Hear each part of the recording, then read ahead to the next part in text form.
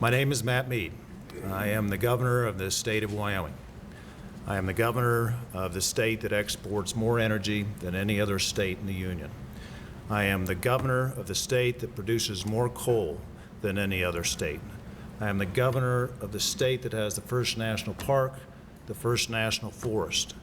I am the governor of the state that takes pride in being able to produce power for so much of the country. And in Wyoming, we think about energy a lot. And the reason we do is because we recognize the benefit to our citizens. It helps us build schools. It helps us do so much of what we do here in Wyoming. And sometimes I suppose those outside of Wyoming would say that we have a selfish view of this. But the fact of the matter is, Wyoming, while small in population, is great in our contributions to the rest of this country. We help fuel the country and all that goes with low-cost energy. And frankly, in every way and every day, I am extremely proud of the people in the energy business, and in particular in the coal business, and the work that they do. This is the first public hearing I've testified at since I've become governor. And certainly there was other opportunities, but this is one I feel so strongly about, and feel so strongly that the EPA has gone astray that I wanted to be here today. By way of background, Wyoming's been working on regional haze implementation planning for more than a decade. In January 2011, Wyoming submitted its most recent regional haze implementation plan to EPA. The state's plan complied with EPA's regional haze rule when submitted, and it still does. A year and a half later, EPA proposed to partially approve and partially disapprove Wyoming's plan and to impose a federal implementation plan for certain facilities. Another year passed, and on June 10, 2013, EPA issued another proposed federal implementation plan for Wyoming. Chucking its 2012 proposal aside, EPA, under its 2013 proposal, would impose more control requirements on more Wyoming facilities at a much greater cost. And yet this new proposal, which is the subject of today's hearing, would result in no meaningful improvement in visibility over Wyoming's plan. So Wyoming faces this onerous federal proposal, one which will have drastic economic consequences, but ironically will have no effect on regional haze, and I'm here to voice my concerns. I will summarize and then briefly discuss each of them. I will submit written comments before the due date. Others from the state will also testify today and submit written comments. First and foremost, EPA's proposed federal plan for Wyoming for regional haze harms ratepayers, including the most economically vulnerable people, and that alone is unconscionable. As we struggle in this country, and as many states struggle to how to address the needs of those who are elderly or those who are on fixed incomes, one of the worst things we could do is unreasonably and without reason to raise electricity costs. It hurts them in a very deep way. Second, EPA's proposal is just plain unreasonable. Third, the federal proposal has not been developed in a cooperative manner between EPA and the state of Wyoming. Fourth, and importantly, it turns a blind eye to congressionally mandated state primacy. Fifth, the motive seems questionable. This proposal, particularly in light of the scores of other existing, proposed, and pending EPA rules, looks designed ultimately to demote coal as a fuel source. EPA should not be picking energy winners and losers, but that is exactly what it is doing through overregulation. The way our country uses its abundant energy resources, including coal, is a major decision, one that belongs to the people and their elected representatives, not an unaccountable administration agency like EPA. Congress created the Regional Haze Program within the Clean Air Act to address visibility at national parks and wilderness areas. The program is not about health. The program is not about climate change. The program is about clear skies in these special areas. The goal of the program is good. We all want clear skies in these areas, and for that matter, everywhere else. In Wyoming, we are extremely proud of our environment, including clear skies, clean water, and vast open spaces. These things are part of our high standard of living and part of our state's image. Those of us who live here care deeply about this state. We want to pass on a legacy to future generations better than the one passed to us. We have more of a stake in Wyoming than EPA ever could, and that brings me back to Wyoming's plan for regional haze.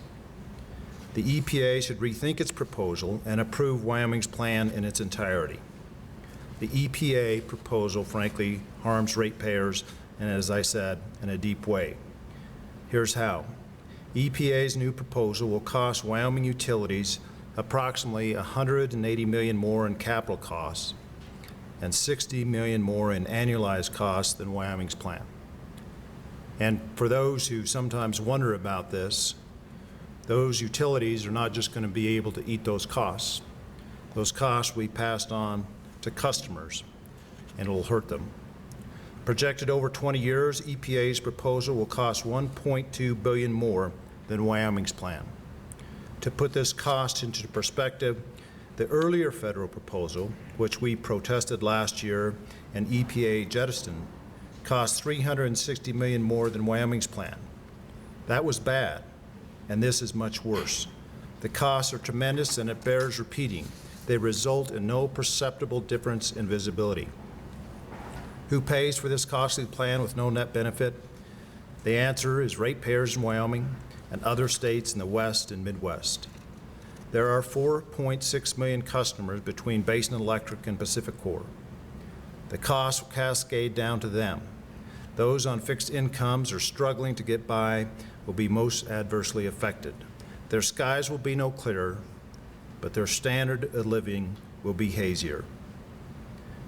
It is baffling that EPA cost-benefit analysis are not applied to those who will bear the brunt of the cost and will not benefit.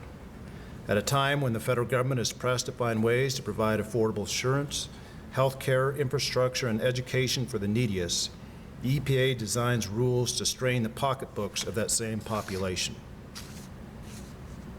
The EPA proposal is a product of selective public comments, a plan developed behind closed doors, or at least doors closed to the state of Wyoming and the expertise of the Wyoming Department of Environmental Quality. The proposal includes a dubious assessment of the associated costs and ignores key factors to be considered in making determinations about retrofitting. This is not reasonable rulemaking. EPA has neither acknowledged nor responded to comments submitted last year by me and the DEQ. The EPA seems to have considered only one-sided comments, those that support EPA or believe the EPA should impose even greater costs on Wyoming, and it's not appropriate. Given the substantial impact of EPA's proposal, I'm dismayed that EPA is providing such an abbreviated public participation process here, and I've made that complaint known. The EPA was supposed to make a final determination on Wyoming's plan in December 2012, based on a consent decree with environmental groups, including Wild Earth Guardians. Delay followed delay, with EPA saying there would be substantial new costs and visibility analysis. The new proposal is the result, but at no time during this period was the state of Wyoming or DEQ contacted or consulted. The substantial new cost analysis, which supposedly justified EPA's new proposal, now appears to be a consultant's unconvincing assumptions of costs based on a bird's eye view, pictures from the internet, and generic suppositions about retrofit costs. This is not a reasonable approach. In comparison, Wyoming conducted on-the-ground analysis. EPA brushed aside presidential executive orders that require objectivity in rulemaking, flexibility, and comprehensive cost-benefit analysis. We believe Wyoming's plan is reasonable. The regional haze rules require states to establish goals that provide for reasonable progress toward achieving natural visibility conditions by 2064. Those goals must provide for visibility improvements on the worst days while also ensuring no deterioration on the best days for the duration of the planning period. To establish these goals, states must consider the cost of compliance, the time necessary for compliance, the energy and non-air quality environmental impacts of compliance, and the remaining useful life of any potentially affected sources, and include a demonstration showing these factors were taken into consideration. In fact, Wyoming considered all of these factors, and in fact, the EPA did not. The EPA has failed to substantiate that Wyoming's plan is not a reasonable one. Wyoming's plan sets reasonable progress goals, a long-term strategy, and best available retrofit technology determinations in compliance with EPA's regional haze rule. Wyoming proposes a reduction of annual emissions of nitrogen oxide by roughly 63,000 tons per year. EPA proposes an additional annual reduction of 2,900 tons of emissions. The state of Wyoming, 63,000 tons, the EPA, another 2,900. A negligible amount that will result in no improvements to visibility. By the year 2022, EPA's plan and Wyoming's plan achieve essentially identical results for air visibility. But the two competing plans differ vastly in their consequences along the way. The EPA proposal has not been a cooperative effort. It does not give deference to states as Congress has mandated. Typically, in most situations, we hope EPA and DQ work together to resolve differences and fulfill environmental goals. This has not been the case for regional haze.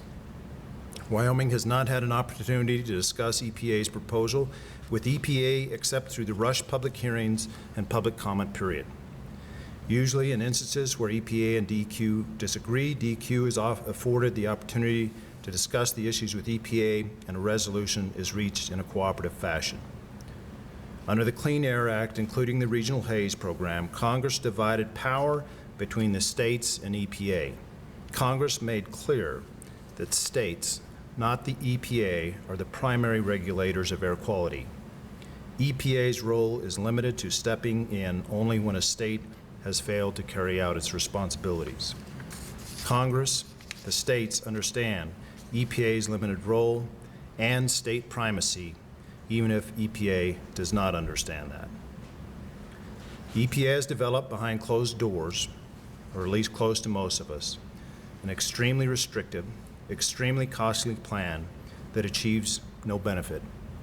This appears to be agenda-driven, one more regulatory tool in the EPA arsenal to kill coal. Consider that EPA's proposal appears to be just the start of a process that ends up before a Public Service Commission, where a utility requests permission to install required technology under a proposal like the EPA's, and groups intervene in opposition to urge for a cheaper alternative, renewable generation or natural gas generation. That is, groups supporting the harsher EPA plans will then turn around and fight them in another forum to pick energy winners and losers. Over the past 40 years, EPA has developed measured rules and regulations to improve air quality from coal generation. These regulations have, by and large, worked. The utility industry has made huge investments to reduce emissions. Emissions have dropped by 63% since the 1980s. A new coal-fired plant today emits 70 to 90% fewer emissions than the typical plant it replaces. However, recent regulatory pressure from the EPA is not balanced or reasoned. Rather, it is unrelenting and often unachievable in terms of timing, cost, and technology. With EPA's proposed federal plan for regional haze in Wyoming, non-beneficial is added to that list. In closing, I believe EPA's proposal is legally flawed, and this will be covered further in my written comments. As you can tell, I have many problems with EPA's proposal. In fact, I'm mad about it. It does nothing to improve the clarity of the skies beyond the state's plan. It does nothing to address the chief cause of haze, smoke from wildfires. So therefore, I ask EPA to approve Wyoming's plan in its entirety and withdraw its proposal. Judge, thank you for giving me the time.